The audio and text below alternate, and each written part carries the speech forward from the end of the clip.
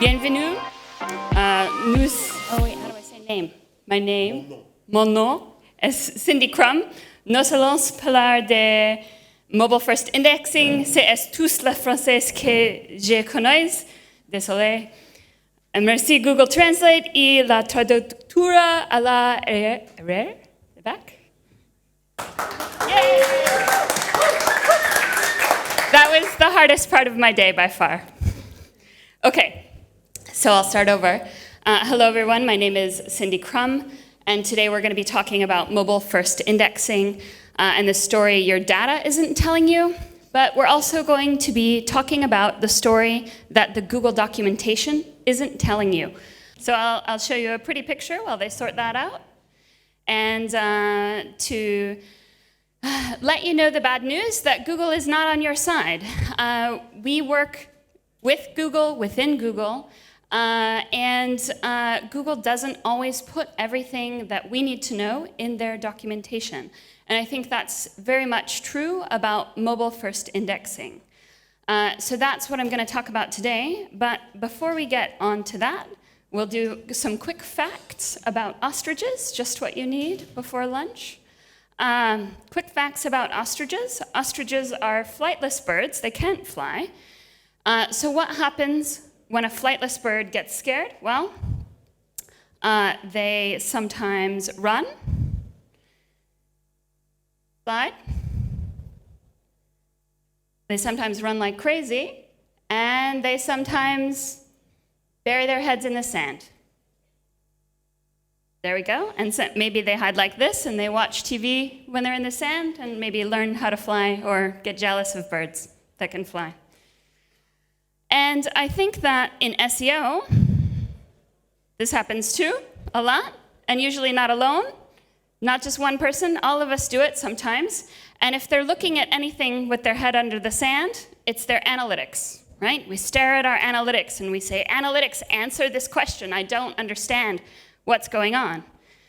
But what if your analytics aren't giving you the full story? That might lead to bad conclusions, misinterpretations of what's going on, and might cost you a lot of time and money if the data isn't there or the data isn't representative of what's really going on. So that's bad. And so we get situations like this where the data just does not make any sense. You can see in this picture, total clicks have gone way, way down right at the same time as average position went way, way up. You rank better, but get less traffic. How does that happen? So I'll give you a little bit of background about me and my company. If you don't know me, I'm the CEO of Mobile Moxie, and we've been focusing on mobile SEO since actually before the iPhone was released, since WAP sites, since .mobi sites, a long time. And what happens is now we've become sort of the SEO for SEOs. People who are very good SEOs, but look at data and see things like this, come to us for help. So we're the SEO for SEOs. We help when the data doesn't make sense.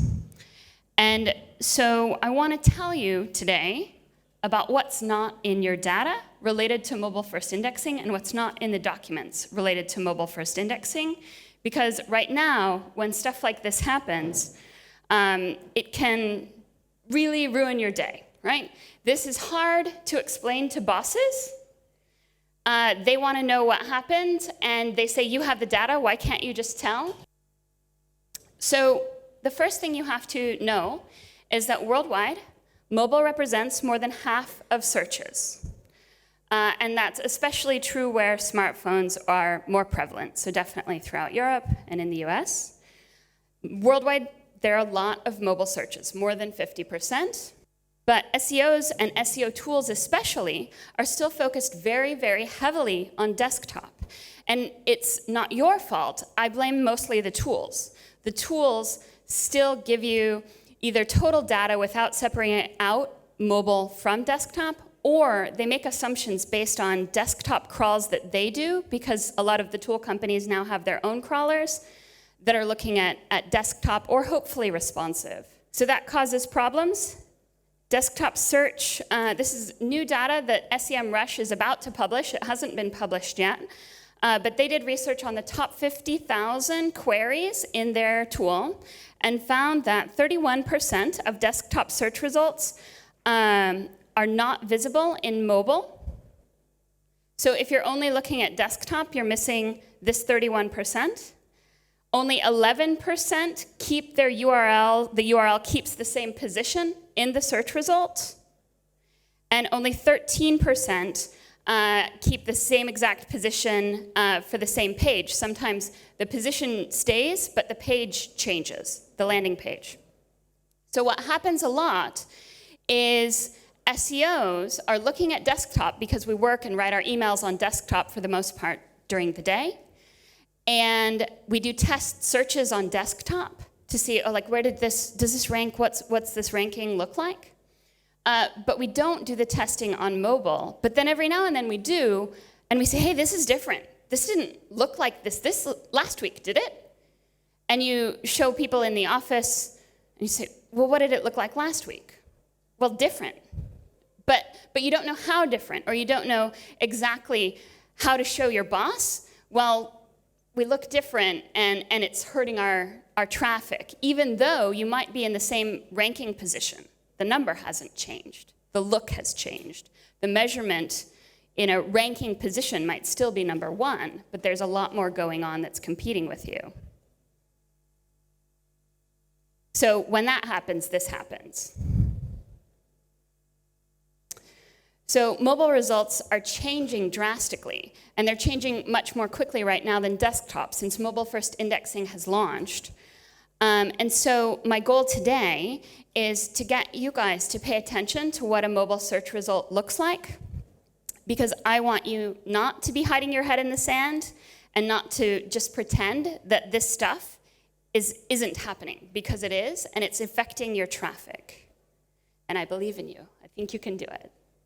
So let's talk about how I talk to clients about mobile-first indexing and the change that's happened.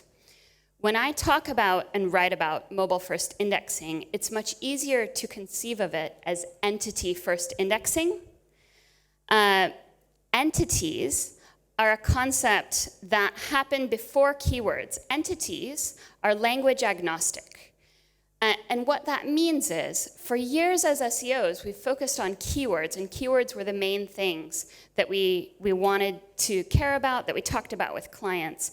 And that's what Google cared about too. But now Google cares about entities. And entities are ideas, are concepts that happen universally in every language, and so the language becomes a modifier. So for instance, in image search, if I search for blue chair, I'm just looking for the best picture of a blue chair. It doesn't matter what language the website is written in. So all languages that talk about blue chairs, that have pictures of blue chairs, should be able to rank. Similarly, if I talk about mother, in English, the relationship to father, grandfather, daughter, son stays the same, regardless of what language I'm speaking. And that's how entities work. Entities are the same, and the relationships to other entities are the same in every language.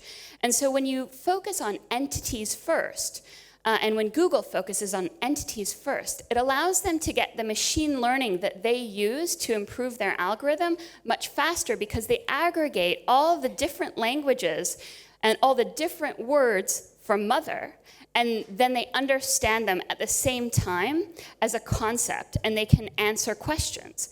And so what this is giving us is a lot more knowledge graph, because knowledge graph is simply a graph of entities that are related to each other in the same way everywhere. Knowledge graph needs these relationships, and it shows you the relationships in the search result. When you search for a band, it shows you the songs, the cast members, right? The people in the band. And that's how entity-first indexing, and I believe mobile-first indexing, work. So it's easier to think about that this way, and that the goal of it is to build out the knowledge graph to get better answers or better relationships that apply in all cases. And what that's led to is a large increase in what we're calling hosted inclusions. Hosted inclusions are different ways to look into the knowledge graph of what Google knows and what questions Google can answer.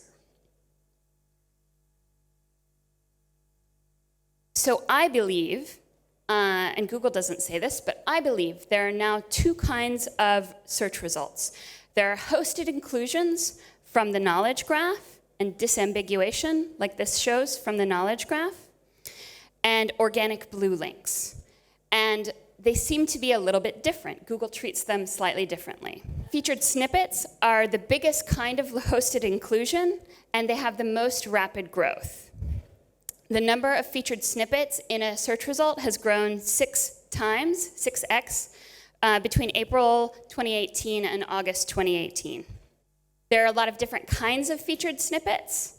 We have hybrid featured snippets where the text is taken from one website and the image is taken from another.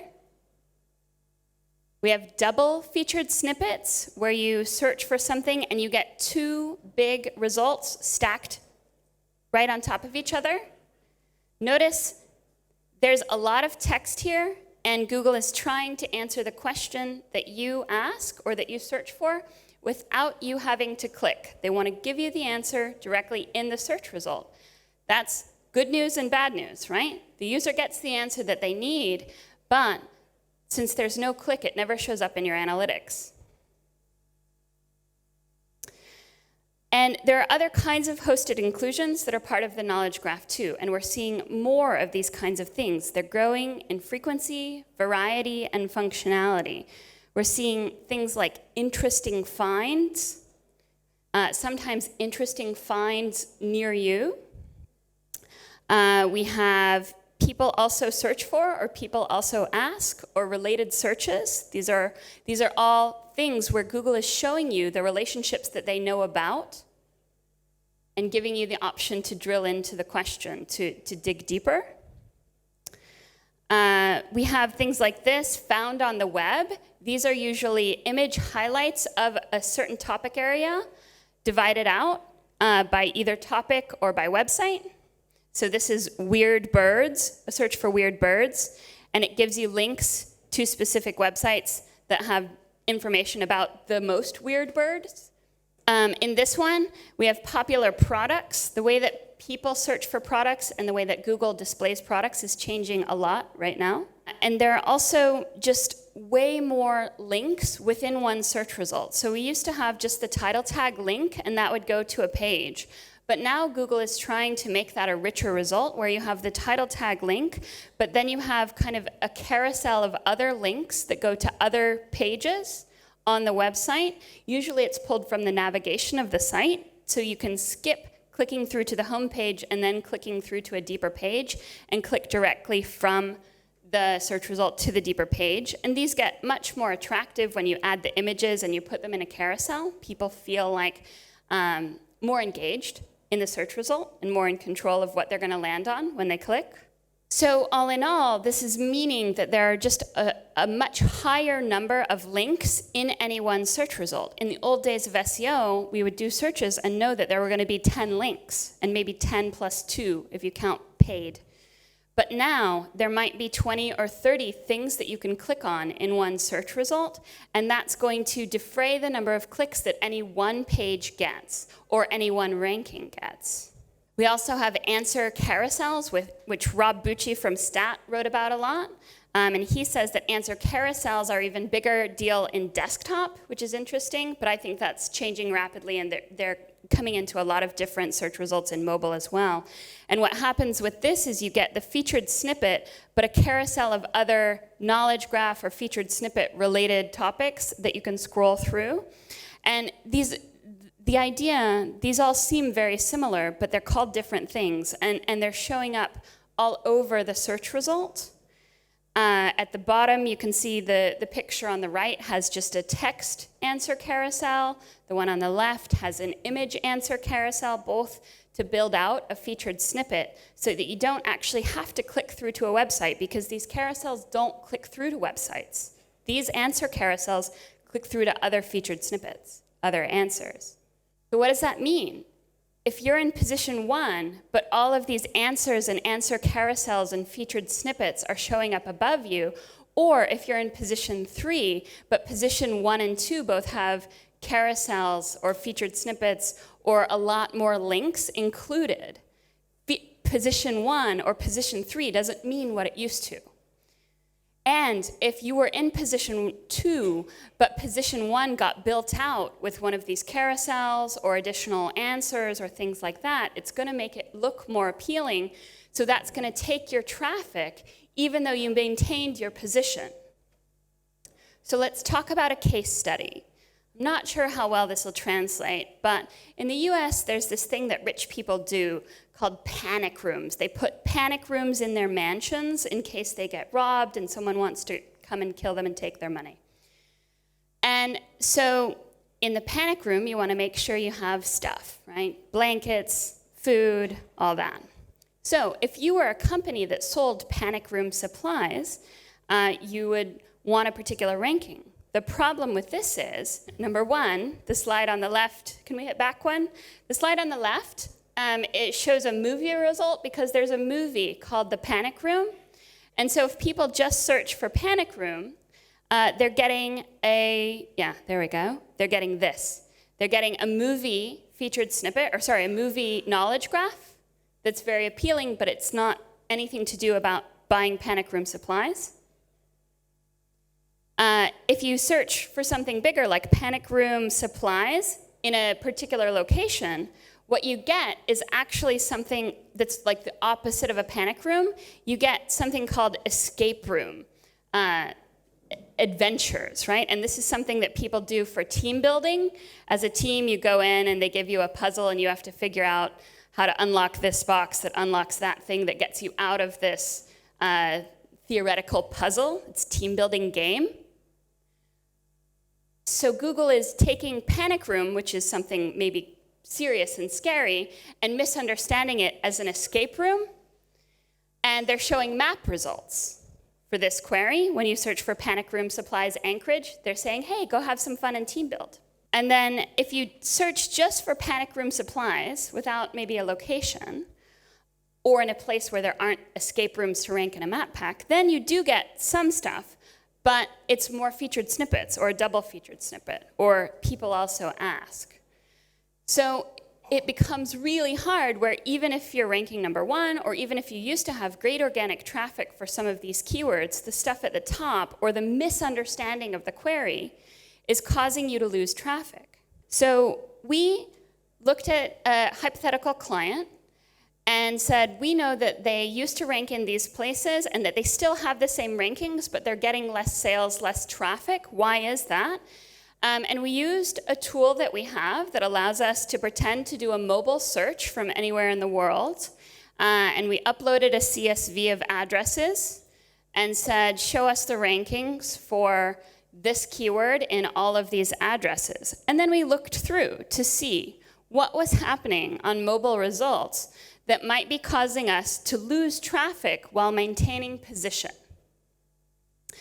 And we took that data and we added it, we compiled it for all of the locations that this hypothetical client was concerned about, took the top 5 keywords in the cities that were having, the 6 cities that were having the worst problem, and color-coded it by who's ranking, what's ranking.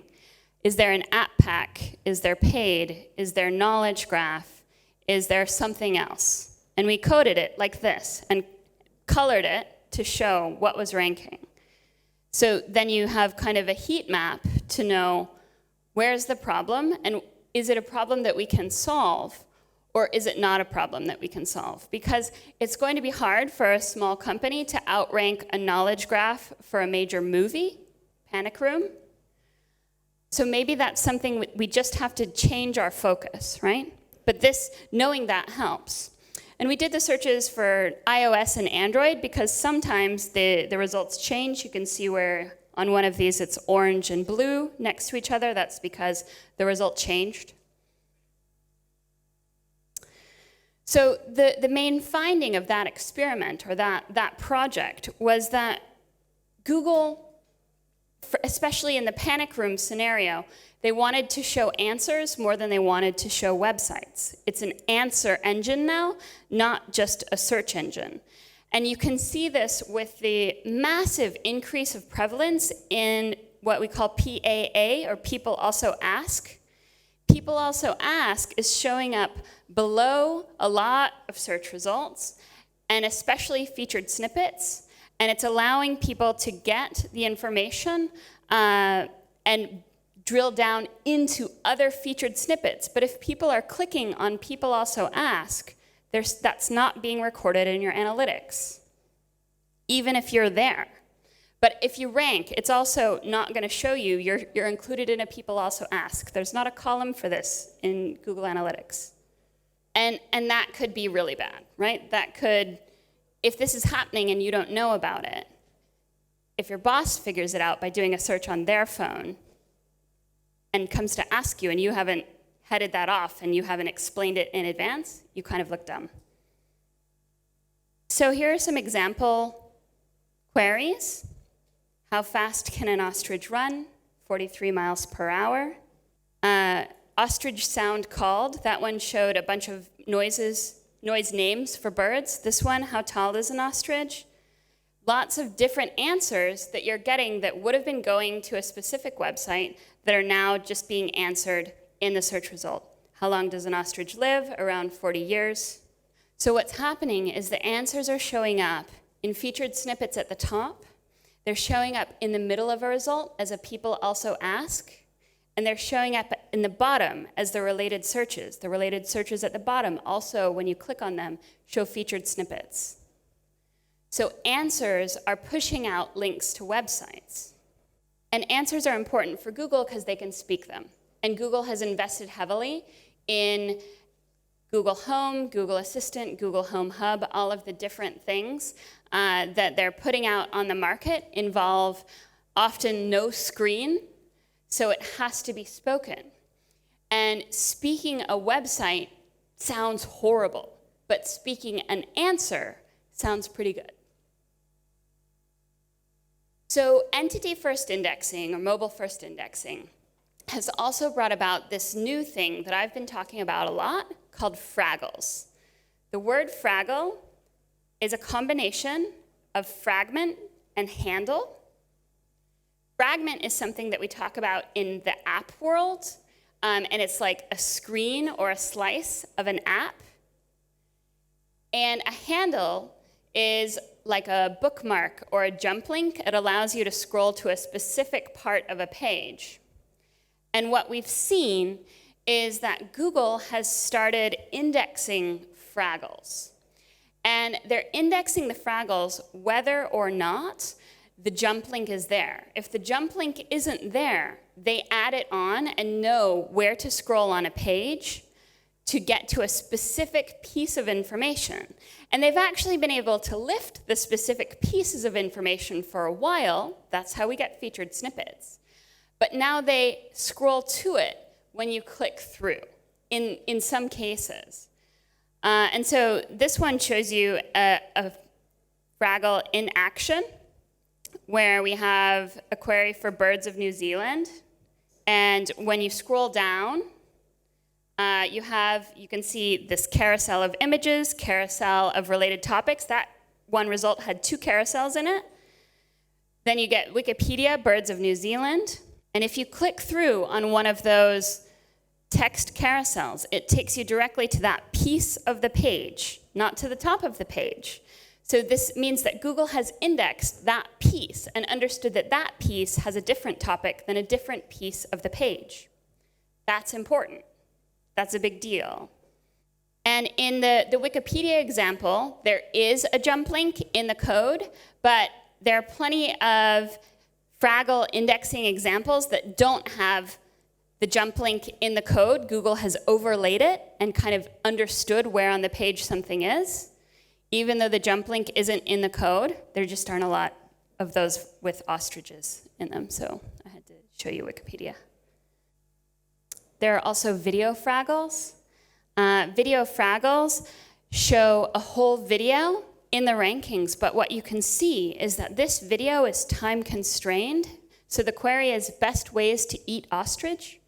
And it's showing you that the answer, this video has the answer, but the answer is right here in the video. It's time constraining the video so that you only have to watch the portion of the video that has the answer. We also have audio Fraggles, and these are smaller, these are less common, but a good example would be translation. It'll play the piece, the answer out loud. How do you say ostrich in German? They have the animal noises, and I don't know if you guys have done this. They don't have an ostrich noise, but you can search for cow noise and click the button, and it'll play. You can do it right now if you want. I don't mind, I'm used to it. You can play the moo or what have you, so it understands that this is the answer to your question. So you can also see this happening with AMP highlighting in featured snippets. So if you have a featured snippet that happens to come from an AMP page, they show the featured snippet, you can see on the left, but now when you click through, Google scrolls directly to where that featured snippet is taken from the page, and it highlights it. Neither the jump link, or there's not even a heading here, there's no jump link here, but also the highlighting is not part of the code on the page. Google is overlaying or putting it there for your benefit so that you can see the text in the larger context of the page. The other thing that's interesting here, you'll notice, is that the highlighting misses pieces, but that's intentional. It's taking the most relevant parts of the text and skipping the parts that don't answer your question. That's really smart, but that's how mobile-first indexing is really impacting us, is that Google's trying so hard to index questions and answers that we get stuff like this, and that's good, but also will impact your analytics and the way you're measuring your success. Google also announced that Chrome users soon are going to be able to share links to pieces of a page. So this reinforces the idea that Fraggles exist. As a user, you can copy a piece of text on a page and create a link to that piece of text on the page to share with your friends, to share in Twitter, whatever, and it's going to scroll exactly to that piece of the page. So if users can do it, then definitely Google can do it. They can just overlay links on a piece of a page, not just the whole page. That changes the web, that changes indexing, that changes everything about SEO. I can't overstate how fundamental this change is, because when Google can index like this, we're not just ranking pages, we're ranking individual pieces of context, or individual pieces of content. And so if you, let's say, have a long page about ostriches, and there are 5 different ostriches, Google could index that page to the ostrich knowledge graph, but if the headings are there and it's broken up nicely, Google can either index pieces of the page to the specific knowledge graph entry about that particular kind of ostrich, so they break up one page and organize the pieces of the page in multiple places in the knowledge graph. Because many times we'll have pages about multiple topics with headings. If we had a page about vegetables, we might put lettuce in the lettuce knowledge graph and tomato in the tomato knowledge graph. And so it makes Google better at its job if the job is to answer questions or to understand the world. And remember, Google's job was to organize the information of the world, not to organize the websites of the world. So all of these things don't generate clicks to your website. And if you're looking at Google Analytics, if you're looking at Omniture, those things are based on clicks to your website. When people don't click through to your website, they only click on an answer, a featured snippet, carousel, things like that, it's not going to show up in your analytics.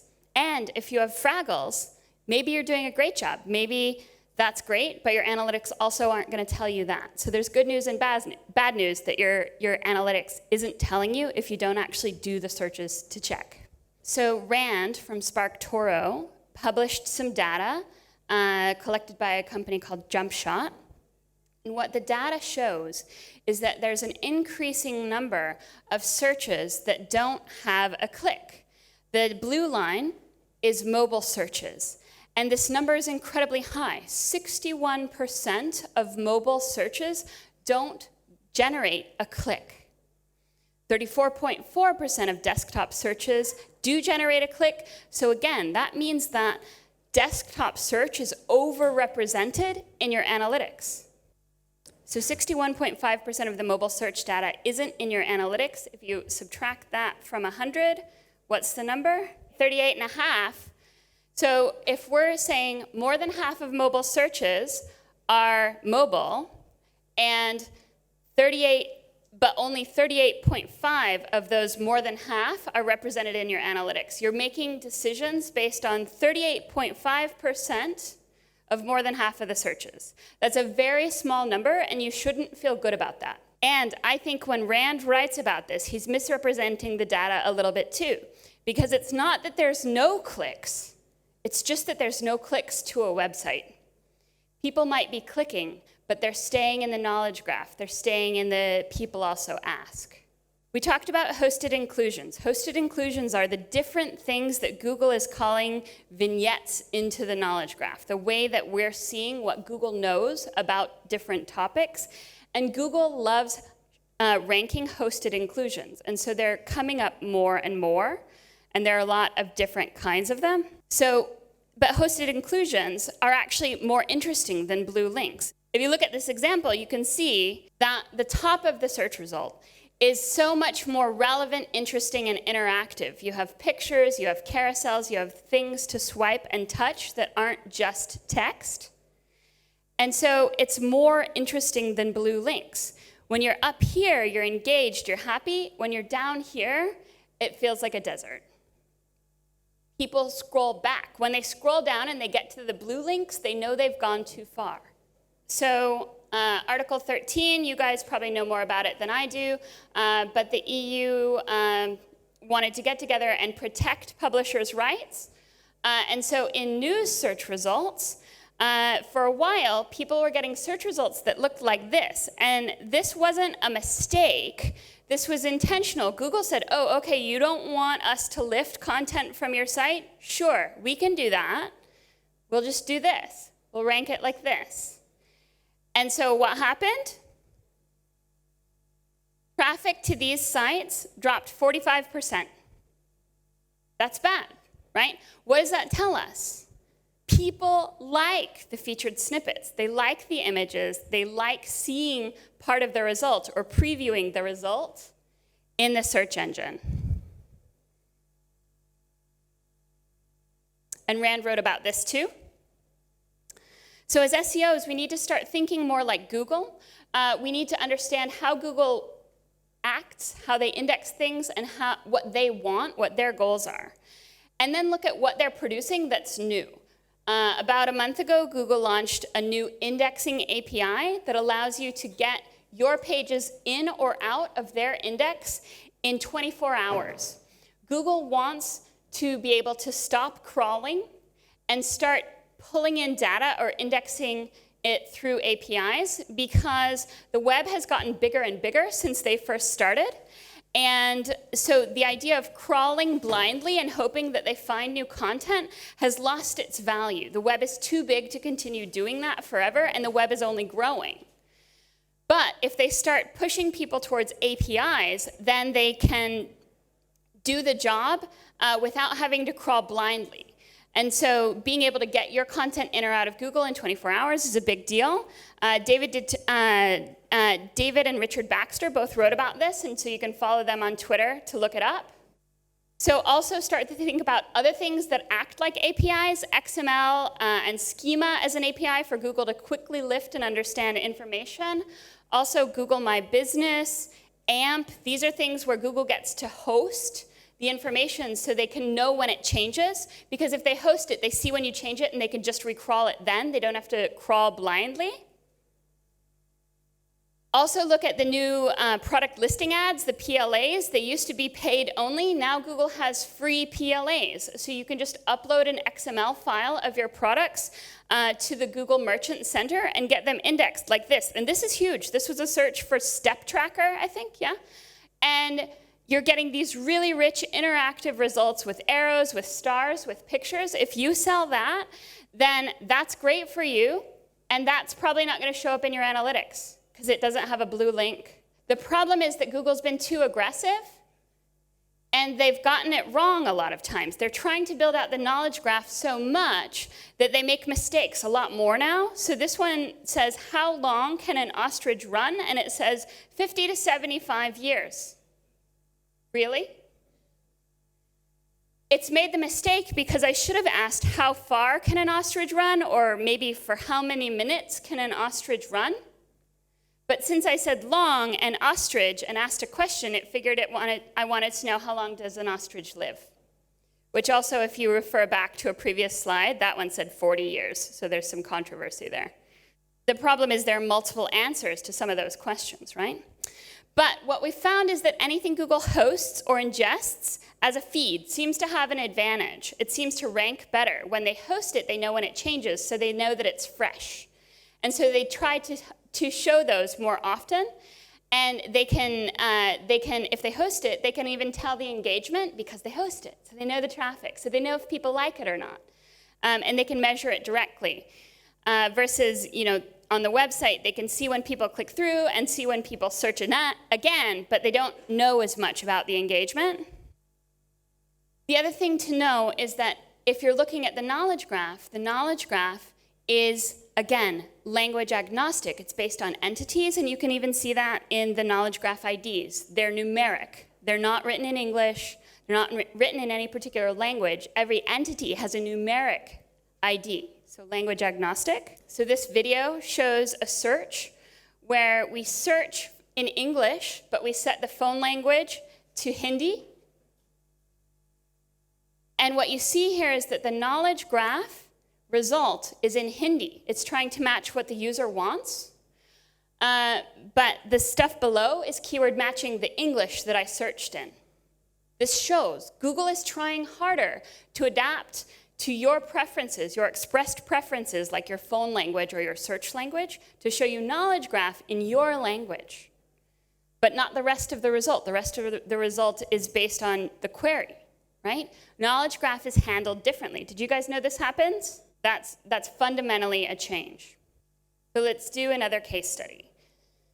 If we look at running shoes, we can do a query and look at a company that's trying to launch a new store, like a new Nike store, and see that the results here are changing drastically too. If we search for best running shoes, we're getting a found on the web result. We're getting really rich PPC at the top. And so we did another project where, to launch the store in Sydney, Australia, we looked to see in a small radius how much are featured snippets impacting an ability to rank in a map pack or to get a new store showing up with directions to the store, or just the website itself. And what we found was a lot of these found on the web results were pushing down even the map pack. Google really wants to show these kinds of results. And these, again, are showing featured snippets when you expand it on a topic. So it's aggregating the results and the featured snippets into a carousel. So again, you're not going to get most of these clicks. It's an expander with an expander instead of a click to a website.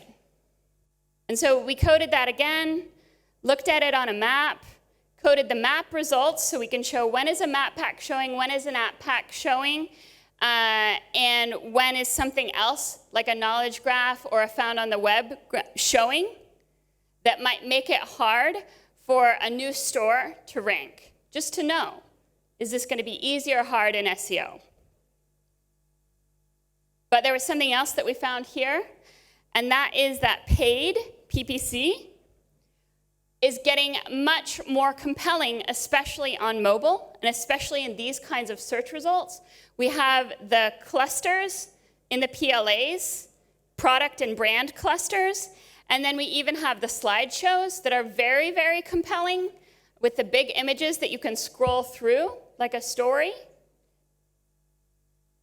If you think that these aren't taking attention away from your position 1 ranking, and they're not taking more traffic away than just a text link that used to rank here, you're way wrong. You're very wrong. These are very engaging, very compelling, and people may or may not know that they're paid. They'll click on them. They'll get sucked in by the pretty pictures, and they won't get to your organic result. And these, again, they take up a lot of space. They push your result way down. So the click-through rate on mobile on paid in mobile has increased 125% recently. It's very high. Now, that doesn't mean it is 125%, because that's impossible. What it means is the click-through on mobile is now roughly between 8 and 9.5%. And those percentage points come from a total that means that if it's increased 3 percentage points, those 3 percentage points came from organic. People are clicking more because Google is trying harder to make PPC more compelling. So keep the numbers in mind. Different industries have different click-through rate in paid, and they have different ability to show you those rich PPC results. So WordStream has information about the average PPC click-through rate in desktop and mobile by industry, so you can know if this changes a lot or if Google has introduced a new kind of PPC result, then that's going to make it harder for you to get traffic even if you maintain position. So what to do about it? Know that your bosses are going to want you to maintain organic traffic even if there's less organic traffic to be had, or even if it's harder. And this happens all the time. If you think about